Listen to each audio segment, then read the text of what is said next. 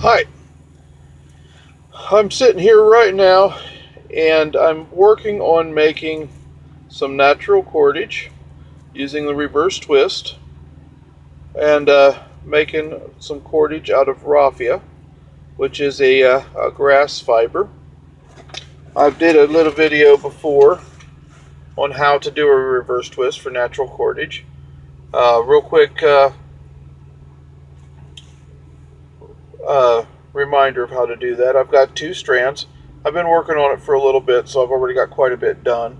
You can go back and check the videos later if you want to see how to start it and work on it. But basically, I've got two strands here, and you take the strand that's on top, and you twist it away from you, and then you grab the strand that's on the bottom between your index finger and pointer finger, or index finger and middle finger rather, and you twist it, reversing the order. So now the one that was on the bottom is now on top. Twist it away from you, grab it, and twist it. So it's twisted away from you, and then twist it towards you. Dealing with the strand that's on top. Twist it away from you, and then towards you. And then pinch where the two come together, right here.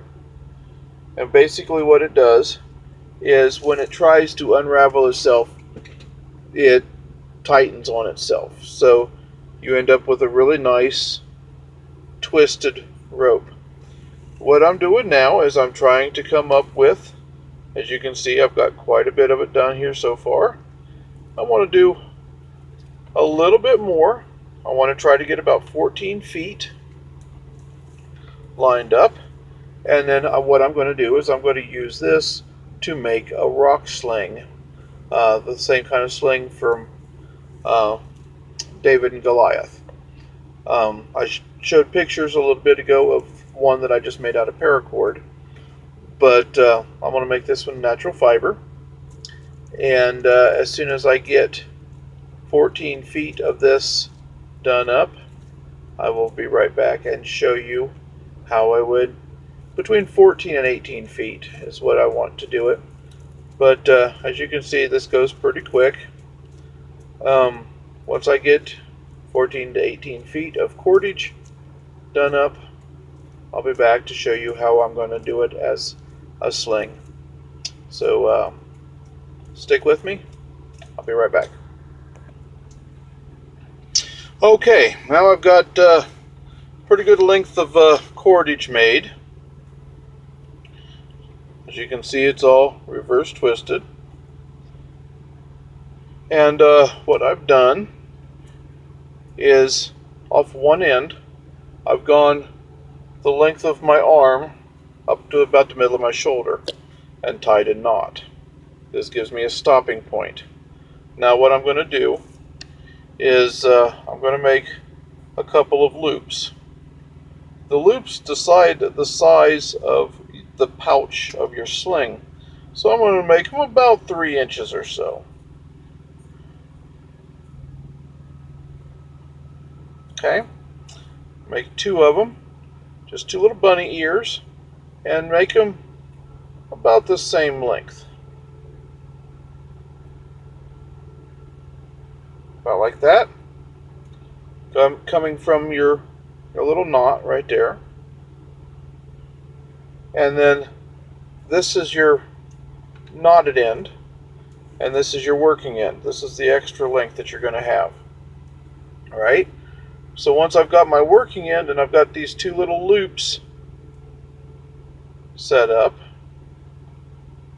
I'm going to get my loops again here.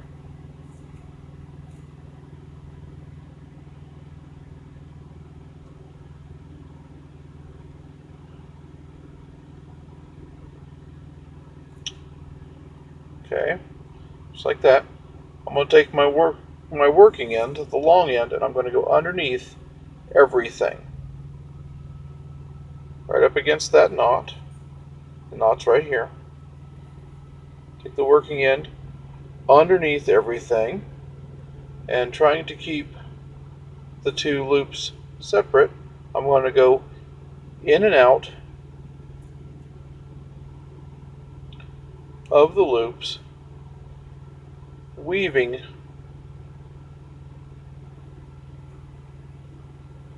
the pieces together. So I don't have a jig set up, so it's a little difficult to get it started. But I go in one, or over one, under one, over, under, and then I pull all of the length through. And once you get it started, it's not so hard to keep it straight. It's just the initial part of it is a little difficult. And then I pull that all down against the knot, and then I'll go backwards. So where I went underneath the last one, I go over the top of it, under the next one, over the third one,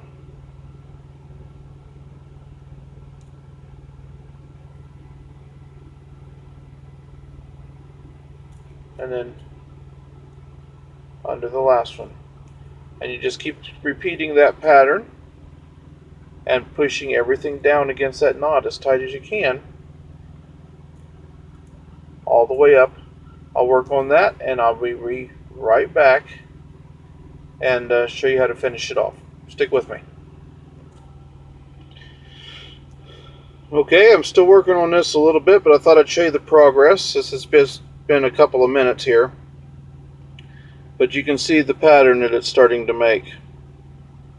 One strand will seem to start getting longer than the other. That's not going to matter. It comes out in the very end. But as you can see here, now I just go underneath. It's this one here. I've gone over it, so now I go under it, over the next one, under the third one, over the fourth one, pull all that working end through, and then I slide everything down tight.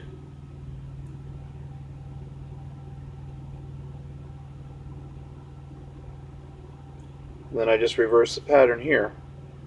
Right here I've gone over, so I'm going to go under, over the second one, under the third one, over the fourth one, and pull it all through.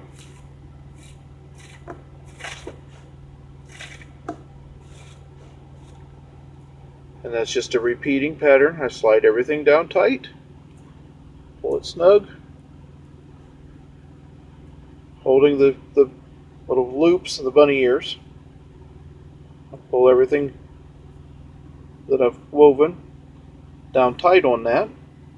Gives me a really nice tight pouch, as you can see, started right here. We continue on with that a little bit. I'll be right back and show you some more. Okay, I'm getting down to the end here. It's been just a couple of minutes. This actually goes pretty quick. As you can see, the weave is pretty tight. All these other little stragglies, I'll just touch those with a flame, burn those right off, get them out of the way. But got a nice tight weave there. This is a great way to make a basket also, and also, if you want, this is a great way to make a pair of shoes. You can make a pair of sandals.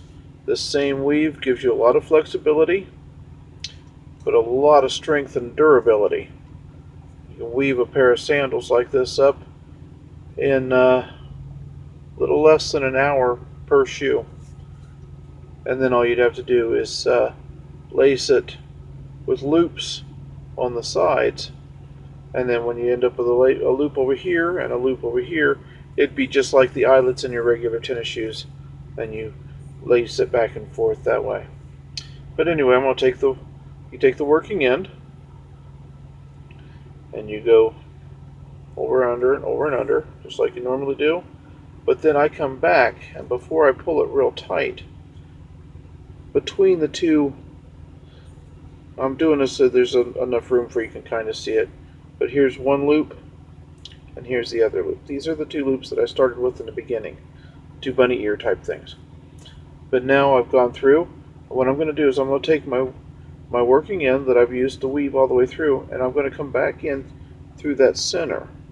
So here's a loop, here's a loop, and then that loop in the center, I want to come through that. Now, of course, normally you would have a lot longer working end. I'm just doing this to show you the demonstration of it here. But when you pull that through there, snug it up, you'll end up with another little bit of a loop right there. You'll feed through that again, and then come back through the loop that you just made, and it'll tie it off.